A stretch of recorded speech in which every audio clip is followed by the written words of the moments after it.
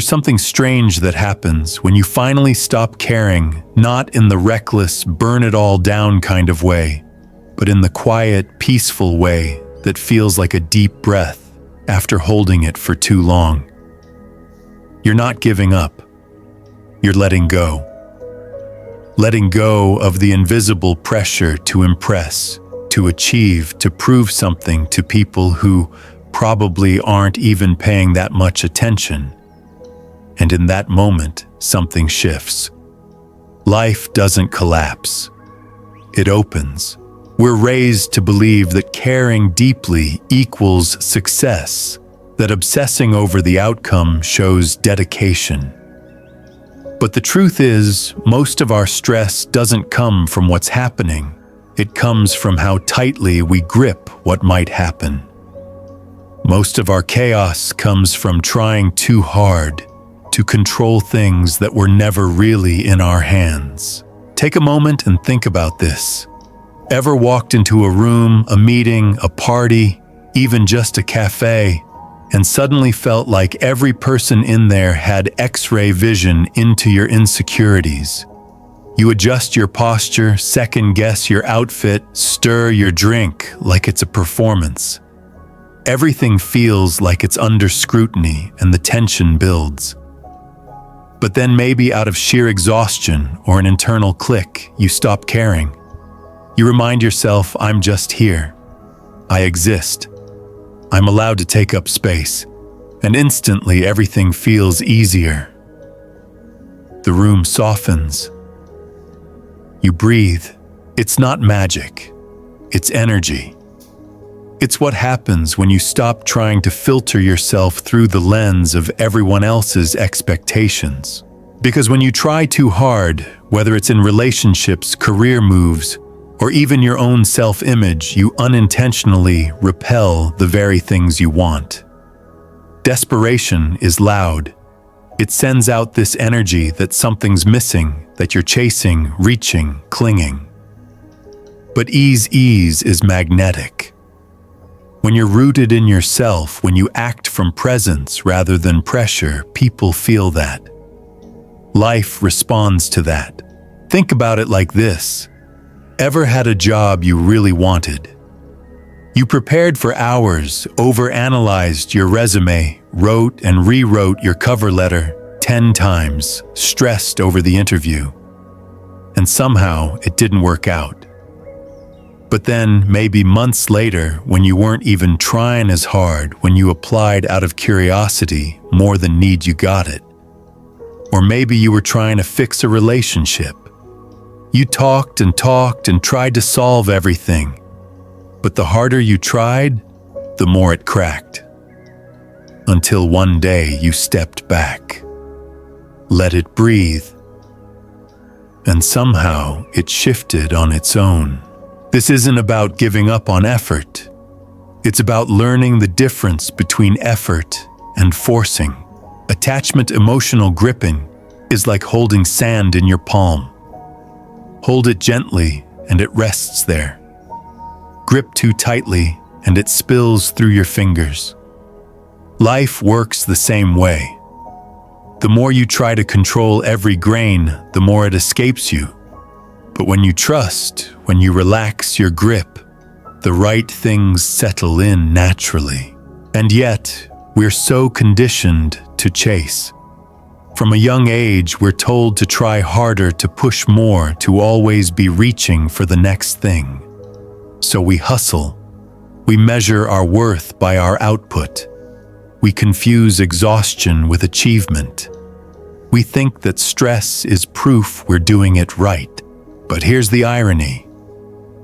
The more you chase something, the faster it runs.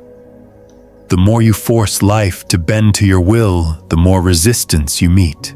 Let me ask you, have you ever been on a date or in a conversation where you really wanted the other person to like you? You rehearsed what you'd say, analyzed their every reaction, tried to present the best version of yourself, and it probably felt awkward, disconnected. You left that interaction thinking, why didn't that flow? Now think of another time, maybe with a friend or someone new, where you just showed up. No filter, no strategy. You were relaxed, and everything just clicked. You laughed. They laughed. Time flew. That's the paradox. Trying too hard kills connection, whether it's with people or with life, and that applies to creativity too. Ever heard musicians say they wrote their biggest hits in 10 minutes? Or artists who say their best work came when they weren't even thinking? It's because real creation happens in a state of flow, not force. Your brain has two modes, focus and flow. Focus is great for getting things done, but it's also where overthinking lives. Flow, on the other hand, is where magic happens. Flow is when you stop thinking and start being. You're not trying to be impressive, you're just in the moment. That's when your instincts take over. That's when you access parts of yourself that aren't available when you're caught in worry. You know the feeling. That state where time disappears, where you feel deeply present. You've been there before. Maybe while painting. Maybe while talking to someone and completely losing track of time. Maybe while walking alone with music in your ears and everything just makes sense for a second. But you can't get there when you're obsessed with the outcome. You can't enter flow when your mind is gripped by what if and what will they think. When you care too much about the result, you disconnect from the process. And ironically, it's the process, not the result, that creates real breakthroughs. So what does all this mean? It means maybe the biggest thing standing between you and the life you want is how hard you're holding on. The stress, the burnout, the pressure, it's not proof of your hustle. It's proof that you've been living in resistance. Letting go doesn't mean you stop trying. It means you stop trying so hard. Because here's the wild part. When you finally stop gripping life like it's a test, you realize the things you want aren't as far as they seem. You were just chasing them down the wrong road. You were taught that peace comes after everything's perfect. But what if peace is what creates the path to alignment in the first place? You were taught that control means security. But what if control is just fear in disguise? You were taught that caring more means you're more invested. But what if caring too much is actually what's keeping you stuck? The shift starts the moment you allow yourself to breathe. Not because everything is fine, but because you realize you don't need everything to be fine to start feeling free. Let's go deeper into this. What really happens when we let go psychologically, emotionally, even energetically? First, there's a shift in perception. Most people are living in what you could call a reactive state. We move through the world constantly responding to triggers, emails, deadlines, expectations, comments, glances. Every ping on your phone, every unreturned message, every moment someone doesn't laugh at your joke or doesn't respond the way you expected, it adds weight. You collect those moments like invisible bricks and wonder why you feel heavy. But when you detach not from life itself, but from the pressure to control it all, you switch from being reactive to being responsive. And that's a game changer, because reaction is rooted in fear. It's impulsive, it's based on survival. But response is based on awareness. It's thoughtful, it's calm. It says, I see what's happening, but I don't have to be ruled by it. Think of it like this. If your mind is a stage, most of us are letting every thought, fear, and worry take the spotlight. They dance around, they monologue, they set the tone. But when you practice detachment, you don't kick those thoughts out. You just stop handing them the mic. You realize I'm the director here. You get to decide which thoughts deserve airtime and which ones can pass like background noise. It's not denial, it's discernment. And this applies to emotional habits too. So many of us have been trained to believe that worry equals care, that anxiety means responsibility, that overthinking makes us good people, good employees, good partners. But that's not true. Worry is not love. Control is not connection. Overthinking is not awareness. It's fear wearing the mask of preparation. There's a real cost to this. Emotionally, constantly being in a state of hypercare, caring about everyone's opinion, fearing failure, needing everything to go perfectly, creates burnout. It fries your nervous system. You're always on edge, scanning for problems, bracing for judgment. And even when nothing is going wrong, your body still feels like it's under attack. And then you wonder why you're exhausted. Why rest doesn't feel restful. Why joy feels fleeting. It's because your system is still in survival mode. Because you never learned how to stop caring just enough to let peace in. Let's pause here and talk about a very real example. Imagine someone named Ellie. She's smart, driven, and thoughtful. The kind of person who remembers birthdays, sends thank you texts, and always shows up on time. But she also overthinks every conversation. She worries she's not enough at work. She replays minor interactions at night, wondering if she said something wrong. She gives and gives, but often feels invisible. Then one day, something shifts. It doesn't happen with fireworks or a big event. It's just quiet. She's sitting at her desk and realizes, I'm exhausted from trying to be perfect. And she lets out a breath she didn't know she was holding. From that moment, she experiments. She starts replying later to messages that aren't urgent. She says no to a project that drains her. She lets herself leave a gathering early without guilt. And slowly the world doesn't fall apart. No one fires her. Her friends don't abandon her. In fact, something strange happens. People start respecting her more. Her boundaries don't push people away, they pull the right ones closer. Because here's what most of us don't realize: people mirror your energy. If you show up like your time doesn't matter, they'll treat it like it doesn't.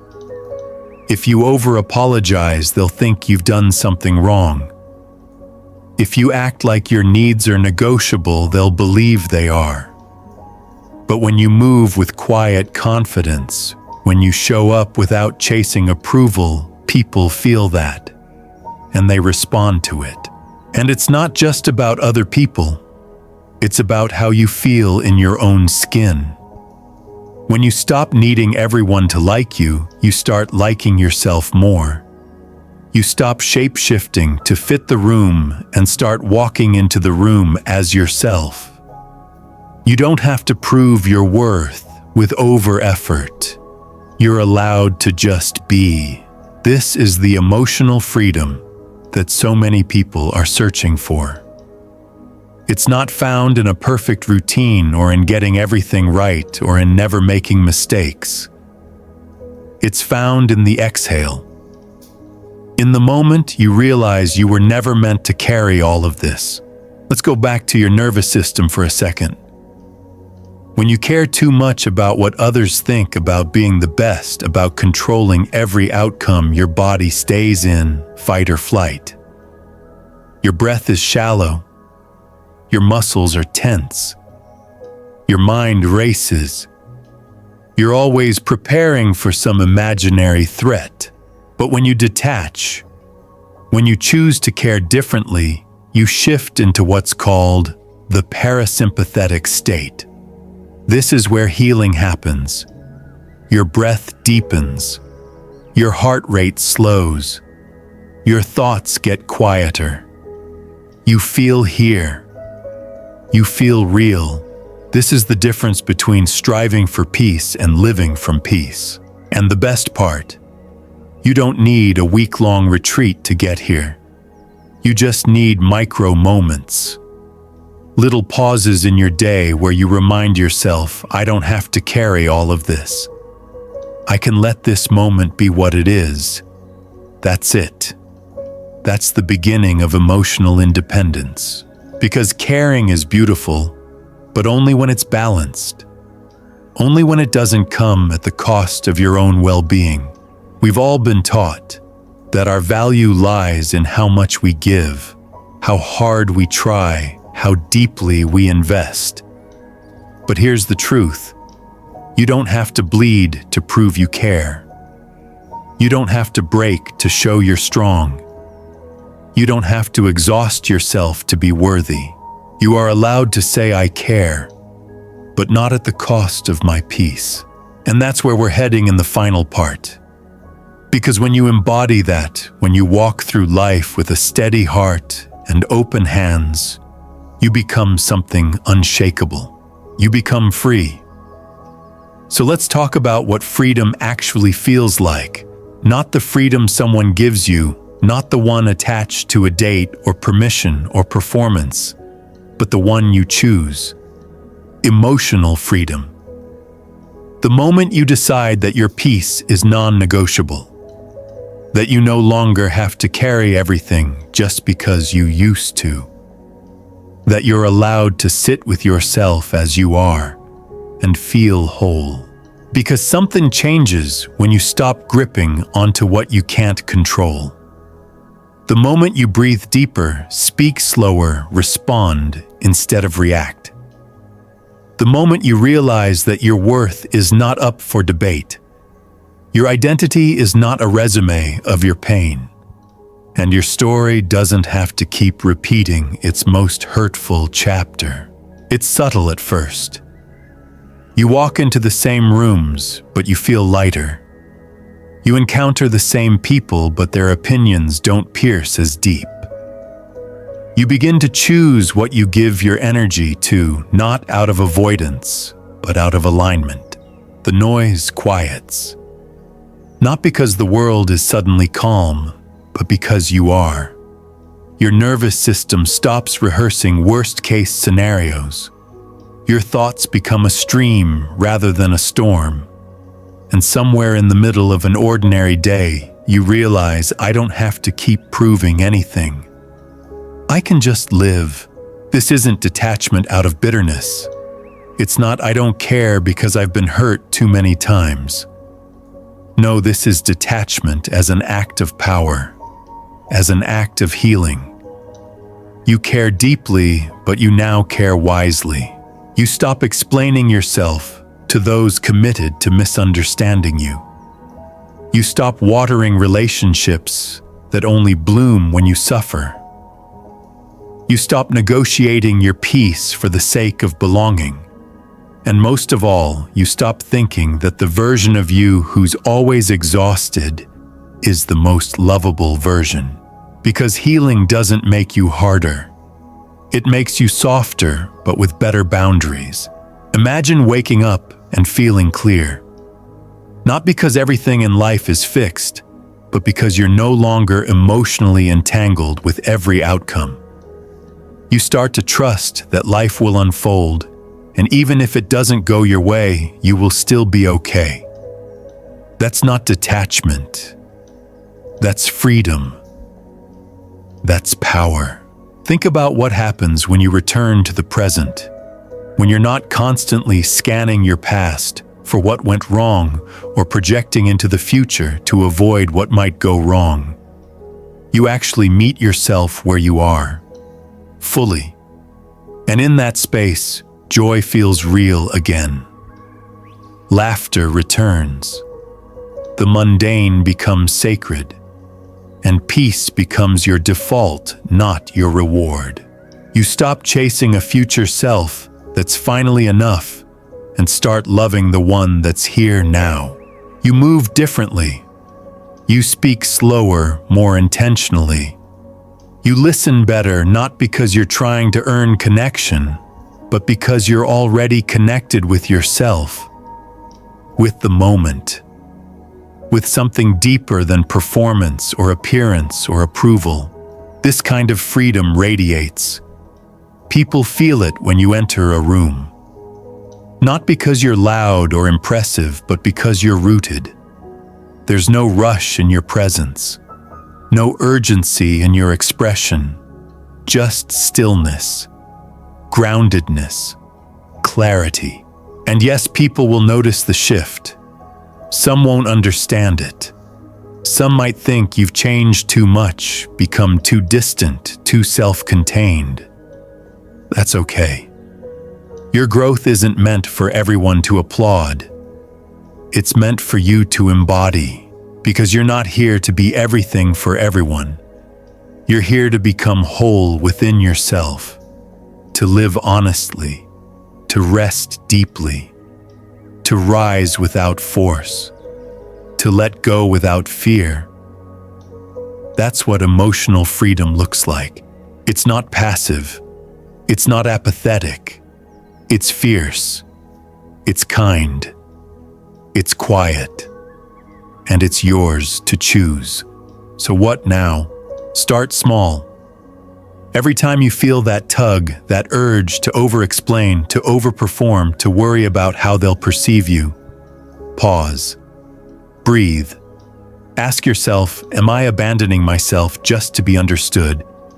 If the answer is yes, choose differently. Choose peace over proving, presence over pressure, energy over approval. And don't expect perfection. This isn't a switch you flip. It's a practice. A moment-by-moment choice to stop gripping, stop chasing, and start returning.